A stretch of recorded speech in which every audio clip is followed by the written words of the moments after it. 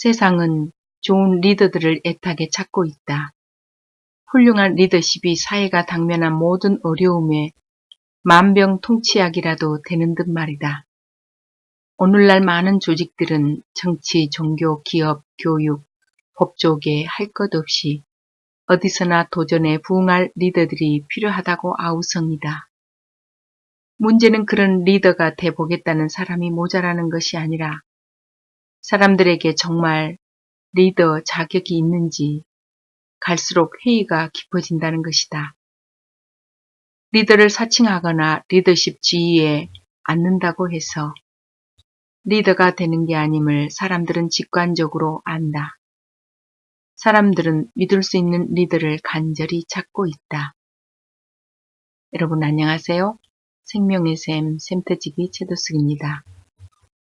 오늘 여러분에게 소개할 책은 영적 리더십이라는 책입니다. 저자 헨리 블랙커비는 각 분야에서 탁월한 크리스천 리더를 보고 그들이 하나님 안에서 형통한 삶을 사는 비결을 찾아냈습니다. 책임감 있는 리더 역할 다하기, 믿음직스럽고 매력적인 성품을 갖는 법, 중요한 일부터 끝내는 시간관리 능력, 기도하면서 긍정적인 모습을 보이는 리더의 영향력 등 다양한 역량을 기를 수 있는 방법을 이 책을 통해서 제시하고 있습니다. 이 책을 통해 하나님을 마음속 중심에 두고 자신의 분야에서 영적인 거장으로 성장할 수 있는 지침을 여러분 얻을 수 있을 것입니다.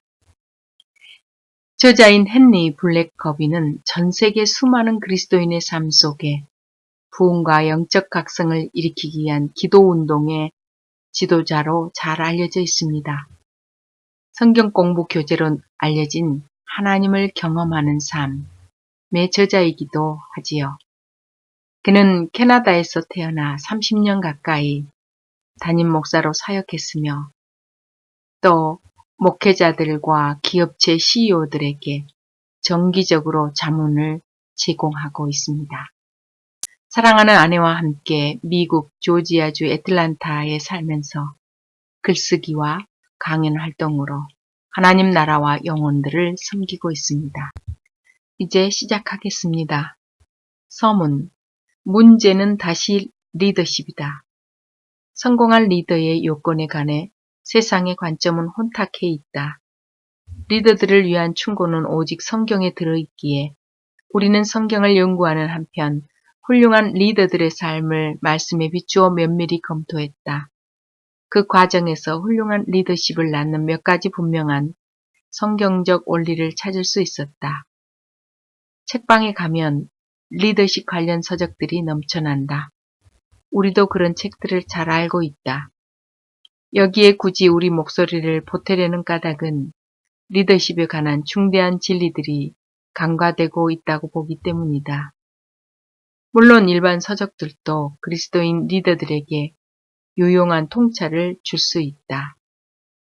또 건강한 리더십 특성을 보여주는 세상 리더들도 있다.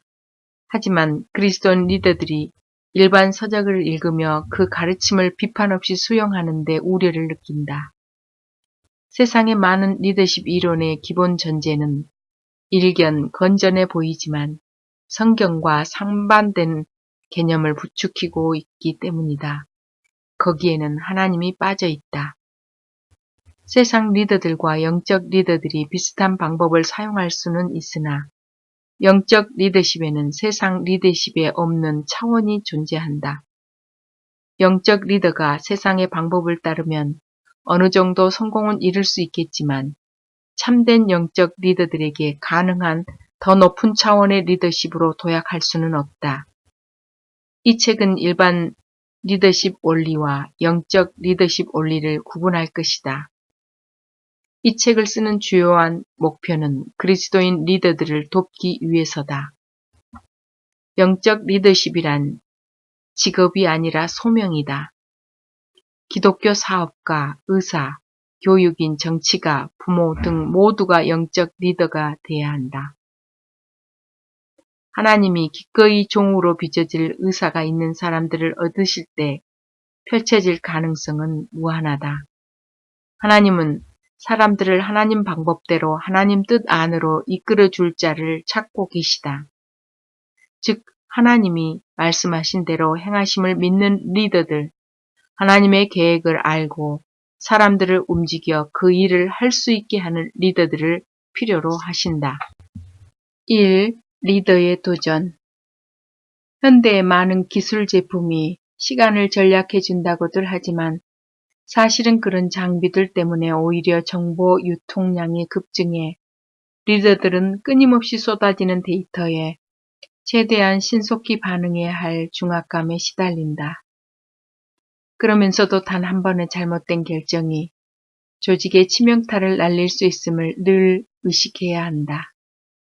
고든 설리반과 마이클 하퍼는 정보화 시대의 결정적 특징은 속도가 아니라 압축된 시간이라고 했다. 즉 반드시 일이 더 빨리 진행된다기보다 리더들이 일에 반응할 시간이 전보다 짧아졌다는 의미이다. 이것이 오늘날 리더에게 엄청난 부담이 되고 있다. 세상은 좋은 리더들을 애타게 찾고 있다. 훌륭한 리더십이 사회가 당면한 모든 어려움에 만병통치약이라도 되는 듯 말이다. 오늘날 새로운 도전에 주춤하고 있는 많은 조직들은 정치, 종교, 기업, 교육, 법조계 할 것 없이 어디서나 도전에 부응할 리더들이 필요하다고 아우성이다. 문제는 그런 리더가 돼보겠다는 사람이 모자라는 것이 아니라 사람들에게 정말 리더 자격이 있는지 갈수록 회의가 깊어진다. 리더를 사칭하거나 리더십 지위에 앉는다고 해서 리더가 되는 게 아님을 사람들은 직관적으로 안다. 사람들은 믿을 수 있는 리더를 간절히 찾고 있다. 정치 리더십.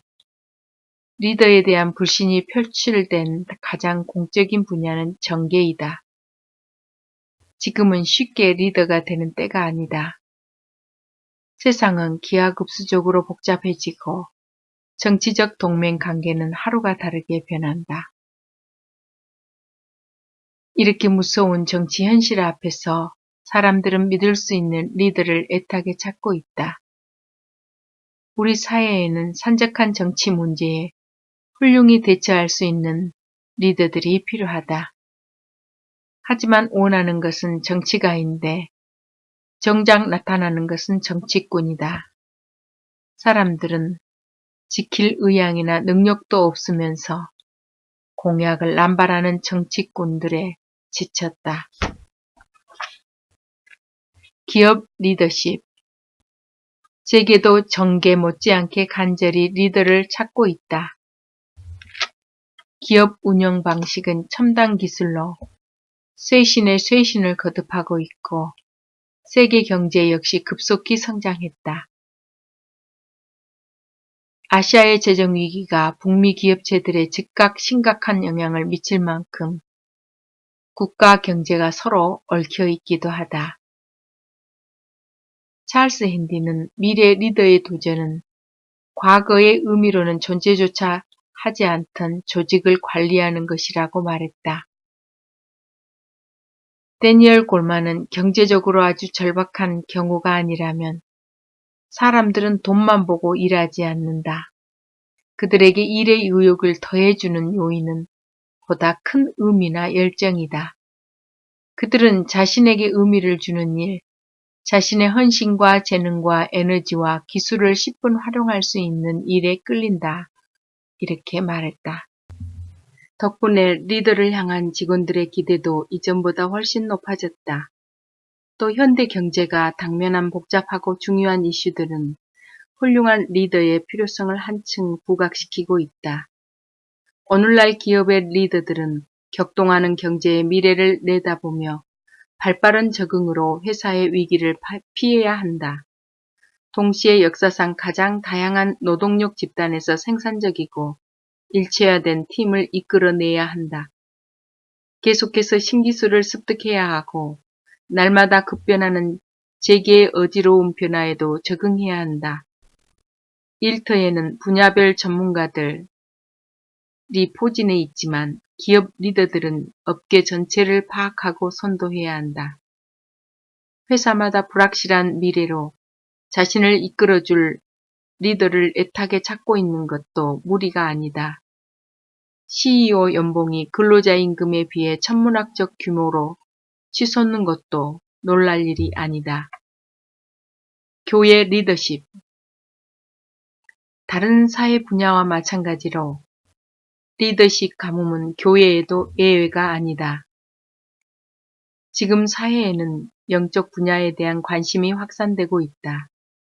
그런데 놀랍게도 많은 교회와 교단의 교세는 오히려 약해지고 있다. 조지 바나는 미국 교회는 강력한 리더십이 없어 죽어가고 있다. 전례 없이 자원이 풍부한 이 시대에 교회는 사실상 영향력을 잃고 있다. 원인은 리더십 부재다. 리더십보다 중요한 건 없다. 라고 했다. 세상 리더십과 영적 리더십. 그리스도인의 경우 리더십 문제에는 더 깊은 차원이 있다. 기독교 리더십은 세상 리더십과 동일한가? 요즘 서점들은 진연대마다 리더십과 관리 이론에 대한 책이 넘쳐난다. 성공한 리더들은 기업, 스포츠, 정치 등 분야를 가리지 않고 자신의 성공을 소재로 자서전을 펴낸다. 무수히 많은 책들은 저마다 자기 분야에서 훌륭한 리더가 되는 비결을 찾고자 열심히 책장을 넘기는 수많은 사람들에게 나름대로 체험담을 들려준다. 많은 그리스도인 리더들이 부딪히는 의문은 과연 스포츠나 기업 리더들의 성공 원리가 하나님 나라에도 똑같이 적용될 수 있느냐는 것이다. 많은 그리스도인 리더들이 세상적 접근을 수용하는 모습은 도처에서 찾아볼 수 있다. 세상의 리더십 이론을 불변하는 성경 원리에 비추어 따져보지 않고 거의 무분별하고 무비판적으로 수용해서는 안 된다. 이 책은 현대 리더십 원리들을 성경 원리에 비추어 살펴볼 것이다. 많은 현대 리더십 원리가 실은 예로부터 하나님이 명하신 성경적 원리임이 밝혀질 것이다. 예컨대 세상의 리더십 저자들은 깨끗한 도덕성을 현대 리더들의 필수 요소로 주장하고 있는데 이것은 그리스도인에게는 전혀 새로울 것이 없다. 성경은 2000년이 넘도록 그것을 리더십의 표준으로 삼아오지 않았는가? 역설적으로 교회가 대중 리더십 원리에 눈뜨고 있는 것과 동시에 세상 저자들 역시 기독교 망고불변의 진리를 깨우치고 있다. 이런 현상은 다수의 리더십 저자들이 그리스도인이거나 적어도 종교인이라는 점에서 일부 원인을 찾을 수 있겠으나 보다 근본적인 원인도 간과할 수 없다. 즉 리더가 그리스도인이든 아니든 기독교 방식으로 사업하는 것이 더 유리함을 리더십 전문가들이 터득한 것이다.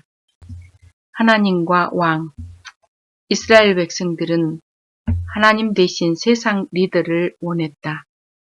사울은 잘생기고 풍채가 좋았지만 정서가 불안하고 유난히 허영심이 많은 자였다. 그는 때로 즉석 성명을 발표할 만큼 결단력이 있었지만 그중 다수가 무모한 것이었기에 결국 폐지되곤 했다. 그는 열정이 있었지만 걸핏하면 포악한 신경 발작을 일으켰다. 이스라엘 백성들은 자기들을 세상 원리로 이끌어줄 리더를 달라고 아우성쳤다. 하나님은 주셨다. 결과는 비극이었다. 무엇이 잘못된 것일까? 문제는 종교생활이나 하나님께 순종 같은 신앙 문제는 종교적 영역에 속하고 적과의 전쟁, 경제발전, 국가 단합 같은 실제적 문제는 세상 일이라는 이스라엘 백성들의 가정에 있었다. 그들은 전쟁 승리나 경제 번영, 국가 출범 모두 하나님이 친히 하신 일임을 망각했다.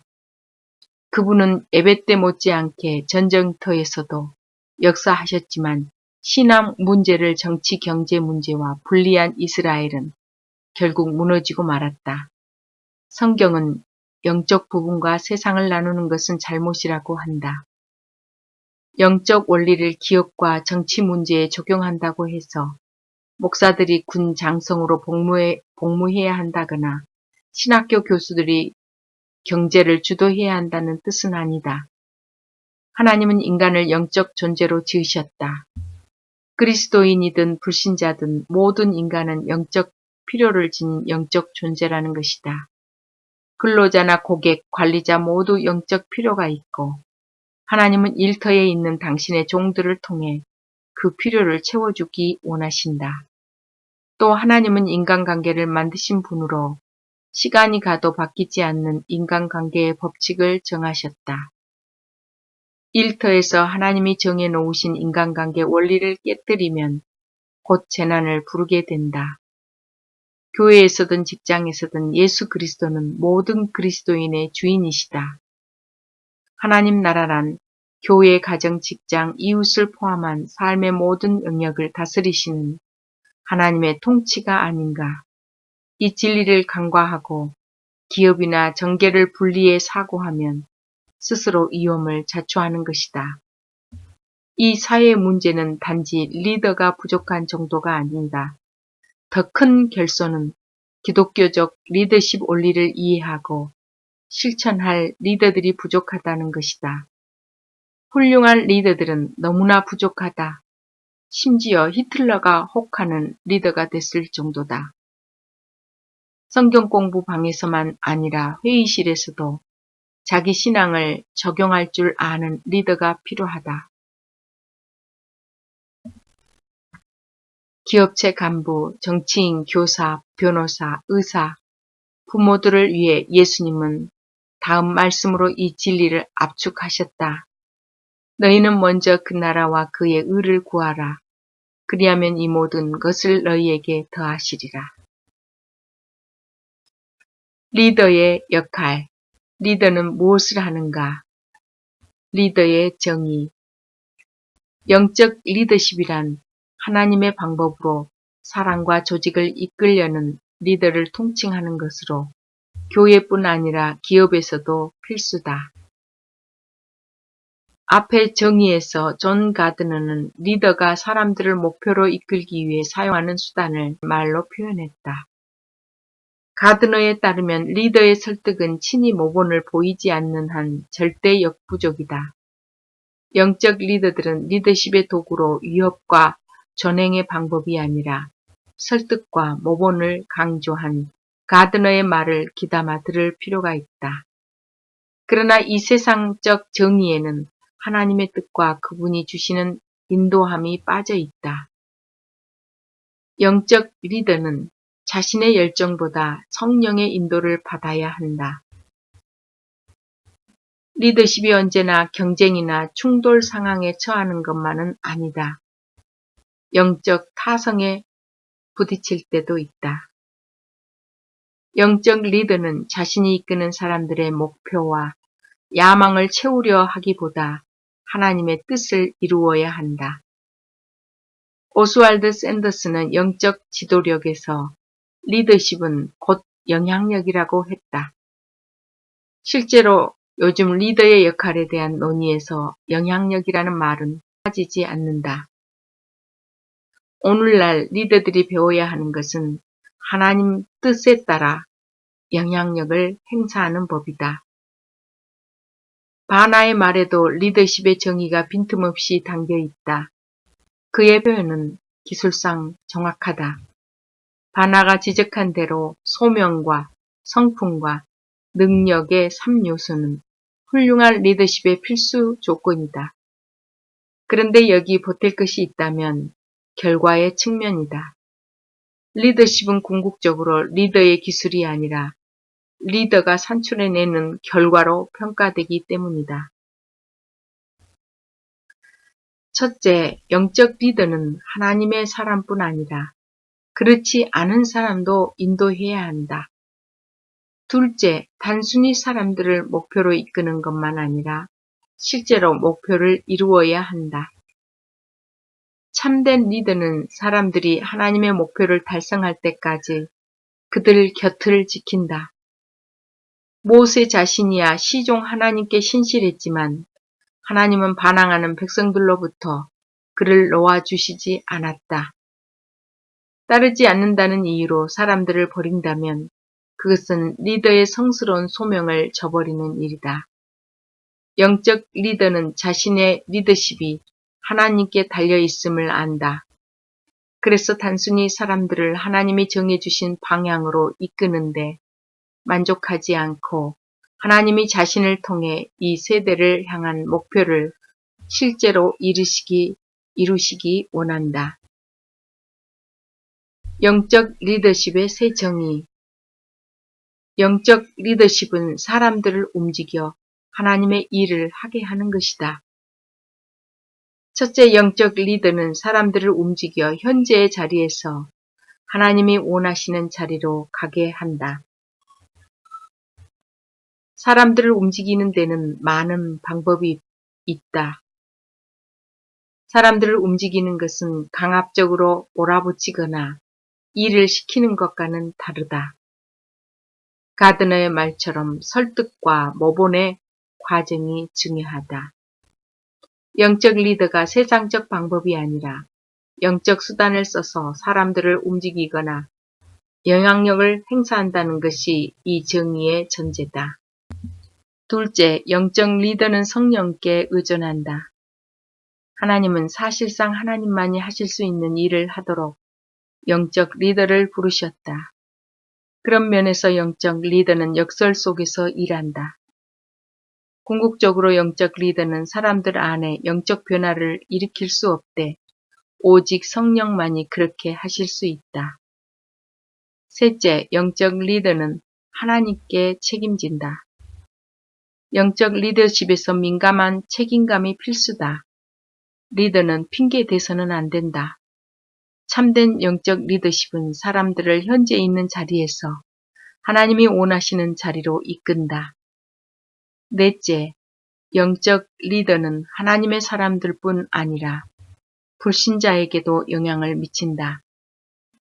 이것은 절대 간과해서는 안 될 중요한 사실이다.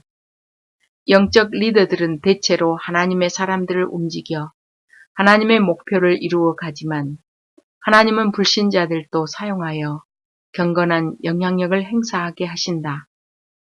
성경에 나오는 요셉의 이야기가 꼭 들어맞는 예다. 하나님은 당대의 전문 종교인들 대신 하나님을 경외하는 한 정부 관리를 택해 불신 사회에 당신을 드러내셨다. 다섯째, 영적 리더는 하나님의 계획에 따라 일한다. 영적 리더십의 최대 장애물은 하나님 뜻을 구하지 않고 자신의 생각을 추구하는 것이다. 하나님의 관심사는 리더들의 꿈과 목표를 이루거나 그들 나라를 세우는 것이 아니다. 그분의 목표는 당신의 사람들을 자기중심적 태도와 죄악된 욕심에서 돌이켜 당신께 끌어들이는 것이다. 베드로는 영적 리더들에게 다반사로 나타난 실수를 했다. 그들은 리더의 역할에 조직의 목표를 정하는 책임도 따라온다고 생각할 때가 많다. 그들은 공격적 목표를 정하고 원대한 꿈을 꾸고 거창한 비전을 내놓는다. 그리고는 하나님께 그 일에 합세하여 자기 노력에 복을 내려달라고 기도하며 구한다. 이것은 영적 리더가 해서는 안 될 일이다. 영적 리더는 자기 교회를 위해서든 기업체를 위해서든 하나님 뜻을 구하고 사람들을 하나로 모아 하나님의 계획을 추구해야 한다. 즉, 영적 리더십의 핵심은 영적 리더가 자신과 자기 조직을 향한 하나님 뜻을 깨닫는 것이다. 그 다음에 사람들을 움직여 자신의 계획을 버리고 하나님 계획에 따르게 하는 것이다. 이 기본 진리는 듣기에는 아주 쉬워 보이지만 사실 많은 그리스도인 리더들이 실천하지 못하는 대목이다. 예수님이 보여주신 명확한 영적 리더십의 모델은 세상적으로 변질될 때가 너무 많다. 예수님의 삶은 너무 심오한 데다 인간의 통상적 경험을 훨씬 뛰어넘기에 우리는 끊임없이 그것을 연구하고 또 연구해야 한다. 예수님은 계획을 세우거나 비전을 내걸지 않으셨다. 예수님의 리더십 핵심은 아버지와 관계였다. 성경은 어린 예수가 그 지혜와 그 키가 자라가며 하나님과 사람에게 더욱 사랑스러워 가시더라라고 했다. 다시 말해 예수님은 인간관계에 아울러 하나님과 관계가 점점 깊어졌다. 아버지를 아셨기에 예수님은 그분의 목소리를 알아듣고 그분의 뜻을 이해하셨다. 아버지의 뜻을 아셨기에 예수님은 사람들의 의견에 휩쓸려 사명에서 벗어나는 법이 없으셨다. 아버지께 순종치 못하게 만들려는 사단의 시도에도 넘어가지 않으셨다. 사탄은 이런 제의로 예수님께 접근했다. 지구상의 인간들을 구원하는 것이 내 사명이라고? 큰일이다. 내가 도와주지. 이 돌들을 빵으로 바꿔봐라. 사람들한테 먹을 것을 주면 너를 따를 것 아니냐? 그러나 예수님은 물리치셨다. 그러자 사탄은 다른 제안을 들고 나왔다. 예수님의 생애에서 사탄의 공공연한 유혹은 내용이 뻔하다. 첫째, 고생을 덜 해도 되는 쉬운 길이 있다. 둘째, 하나님의 길만이 반드시 목표 달성의 유일한 방법은 아니다. 중요한 것은 12제자를 택한 것도 예수님의 생각이 아니라 아버지의 생각이었다는 점이다. 성경은 예수님이 제자들을 택하시기 전에 밤새 기도하셨다고 전한다. 전날 밤에도 예수님은 12제자를 택하신 분이 아버지임을 다시 한번 말씀하셨다. 세상 중에서 내게 주신 사람들에게 내가 아버지의 이름을 나타내었나이다. 저희는 아버지의 것이었는데 내게 주셨으며 저희는 아버지의 말씀을 지키었나이다. 지금 저희는 아버지께서 내게 주신 것이 다 아버지께로서 온 것인 줄 알았나이다. 이 말씀은 예수님이 전략의 일환으로 12제자를 택한 것이 아님을 분명히 보여준다. 12이라는 숫자에 공식이 있는 것도 아니다. 예수님은 12를 당신 사역의 최적의 숫자로 계산하지 않으셨다. 예수님이 12제자를 두신 것은 아버지가 12를 주셨기 때문이다. 예수님이 단순히 사역의 배가를 위해 제자도 전략을 수행 중이셨다면 과연 유다를 뽑으셨을까? 유다가 포함된 것은 유다까지도 하나님 아버지의 구원 계획의 일환으로 예수님께 주어졌기 때문이다. 그분의 과제는 제자들도 당신처럼 아버지와 친밀한 관계를 누릴 수 있도록 그들을 아버지와 대면시키는 것이었다. 아버지와 친밀한 관계를 바탕으로 예수님은 아버지가 그 멸시받는 세리의 삶 속에서 일하고 계심을 보았다. 그래서 삭개오를 불러 함께 시간을 보내자고 하셨다. 리더의 역할. 오보는 그분의 방법론 속에 있지 않다. 오히려 그것은 아버지 뜻에 대한 그분의 절대적 순종에 있다. 현대 리더십 이론이 말하는 대로 훌륭한 리더는 훌륭한 추종자이다. 영적 리더는 하나님이 자신의 리더임을 안다. 예수님이 제시하신 영적 리더십에는 리더가 자기 조직의 비전을 만들고 방향을 정하는 것이 아니다. 열쇠는 아버지가 계시하신 모든 뜻을 잘 간직하고 순종하는 것이다. 궁극적으로 리더는 하나님 아버지다. 하나님이 하시려는 일의 비전은 그분 자신께 있다. 하나님은 리더들에게 당신 대신 큰 꿈을 꾸라거나 당면한 문제를 알아서 해결하라고 하시지 않는다. 다만 당신과 친밀하게 동행할 것을 요구하신다.